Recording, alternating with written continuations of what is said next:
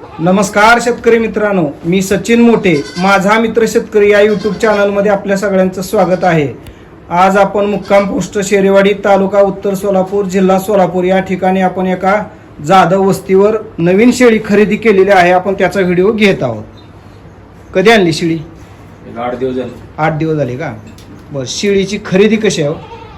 खरेदी 20,000 ला घेतली बाई. बरं. घरगुती का? घरगुती घेतली, बाजारात नाही, घरगुती घेतली. घरगुती घेतली का? बरं. ज्यांच्याकडनं खरेदी केली आहे त्यांच्याकडे अनेक शेळ्या होत्या का एकच होती?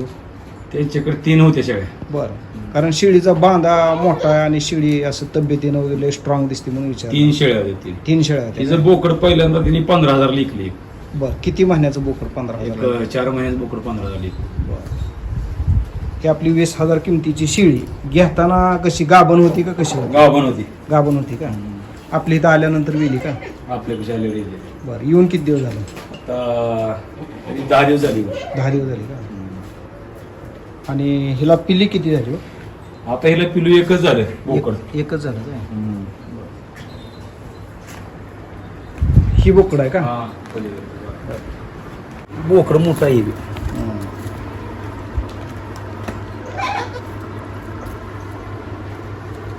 एक असल्यामुळे पण चांगलं मोठं दिसतंय की.